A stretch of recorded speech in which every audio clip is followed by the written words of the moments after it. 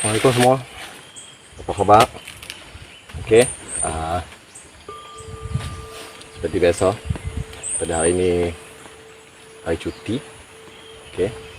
Hari cuti, so Pandak akan berada di kebun. Okay. Asyik-asyik sembang pasal tips-tips berkebun. Kan? Okey, hari ini kita sembang pasal hobi ataupun passion. Okey, semua orang mestilah dia ada hobi yang masing-masing. Okay. Sebab apa benda ni penting? Dia adalah salah satu terapi, okay, bagi jiwa kita. Okay. Dan benda ni dia subjektif lah, ikutlah kan, hampa nak apa benda yang hampa suka buat, kan? Benda apa yang menenangkan, benda apa yang menyebabkan kita gembira, kita buatlah, kan? Garis panduan dia tu, jangan buat benda yang dosa. Kita ada batas dosa pahala, baik buruk, kita jangan buat. Kalau Pandak suka duduk macam ni, okey, duduk dalam bukit, dalam kebun, mendengar desiran angin, dedaunan, burung-burung berkicauan, unggas rimba. So Pandak rasa inilah Pandak punya passion. Okay. Dan dalam bidang pertanian ni, ya, dia adalah satu bidang yang vulnerable. Okay. Kalau tuan-tuan, hampa semua nak menceburi bidang pertanian, kalau pada skala tertentu untuk menjana pendapatan utama, bagi Pandak mestilah dilaksanakan secara bertumpu lah. Kita tak boleh sambil dewa. Sebab apa? Sebab bidang ni dia sangat vulnerable. Dan bidang ni juga dia bukannya untuk suka-suka, tak ada pengetahuan. Ada setengah orang dia cakap 3T, tanam, tinggal, tuai. Oh bukan. Bidang pertanian dia tak boleh macam tu. Dia satu bidang yang memerlukan pengetahuan sains yang luas. Apa benda yang berkaitan dengan sains tu? Okay. Kalau kita belajar waktu sekolah dulu, okay, kita ada belajar kimia, biologi, fizik. Semua benda tu akan digunakan. Contoh, untuk mengawal rumpai, kita akan banyak pakai bahan kimia. Kalau kita tak tahu bahan kimia yang bersesuaian dalam kita mengawal rumpai, serangga, kita tu dia akan jadi masalah besar. Dan apabila kita tak dapat menyelesaikan masalah yang kita hadapi dalam berkebun dalam tempoh yang tepat, dia akan mewujudkan kerugian. Okay, contoh yang macam Pandak buat dalam sebulan, sebulan lebih ni, ya sebenarnya adalah sedikit kerugian. Sebab kebun ni hampir 60% pokok terkena dengan penyakit kulat karat daun. Okay. Yang mana penyakit kulat karat daun ni dia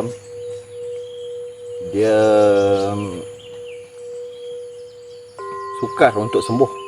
Okay. Dia sekarang pokok-pokok dia menunjukkan progression, tapi untuk menyembuhkan penyakit berunsurkan daripada kulat ni dia lama. Begitu juga kalau macam kata kena serangan serangga. So kalau tanam tinggal tuai, alamat dia tauk duit ya. Tauk duit. Begitu juga dengan ilmu biologi. Kita perlu tahu berkenaan dengan alam. Simbiosis. mikroorganisme. Macam mana benda-benda tu dia berkaitan dan memberi kesan terhadap kebun. Okey. Dia kalau macam dekat dalam artikel-artikel akademik, banyak perdebatan ataupun penulisan terhadap pro and con penggunaan bahan kimia dan juga semula jadi. Kalau semula jadi, hutan tetap akan tumbuh tanpa baja kimia.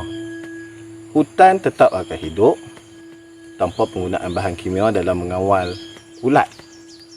Sebab apa dia hidup?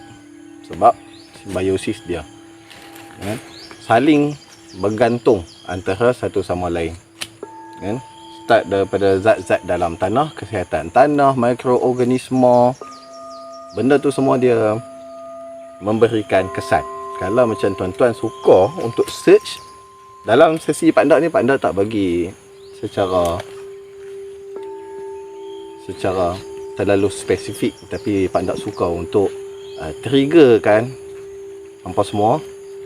Dan mungkin tuan-tuan apabila dah triggered by Pak Ndak, mungkin boleh search, deep search dalam internet.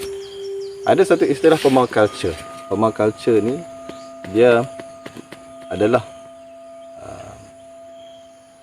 pertanian yang mana kita mewujudkan suasana alam semula jadi, saling berkaitan antara tumbuh-tumbuhan, mikroorganisme, yang mana kita dapat mengurangkan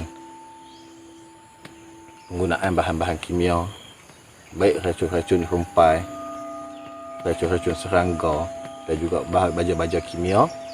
Kita kurangkan dan dia akan hidup dengan sendiri, saling bergantungan. Maksudnya kita buat hutan kita sendiri. Tapi yang kata hutan kita sendiri itu, kita akan ada pelbagai tumbuhan-tumbuhan yang memberi manfaat kepada kita. Okey. Dekat sini pada suka tengok dekat YouTube dia banyak menunjukkan benda-benda yang macam tu lah. Orang putih selalunya banyak channel-channel tu daripada negara barat lah. Depa mungkin kesedaran tu lebih tinggi daripada depa. So kita pun boleh beranjak ke arah situ, ke permaculture. So macam ni lah, duduk sorang-sorang, tapi best, ketenangan tu ada. Setengah orang dia suka main golf lah, setengah orang suka ride motor lah. Yang penting kita kena ada makanan untuk jiwa kita, makanan untuk jiwa kita selain daripada amal ibadat kita kepada Tuhan lah. Okey, cukup setakat tu. Sekali Pak Ndak nak sambung dengan baja-baja pangkasan dan juga tebas. Okay, hari ni bawa senjata yang lebih cepat, chainsaw, sebab dah lambat sikit dah. Sekarang dah lambat sikit dah. Sekarang dah masuk awal bulan 1, cuaca pun dah mula makin kering. So untuk kerja-kerja pangkasan ni sesuai pada waktu musim hujan, sebab pokok dia akan berpucuk apa semua, tapi waktu sekarang masih tak terlalu lambat, dan target hari ni adalah Pak Ndak akan settlekan untuk keseluruhan pokok-pokok yang istilahnya bertanding lah untuk prospek berbuah pada musim hadapan. Okey, bye bye.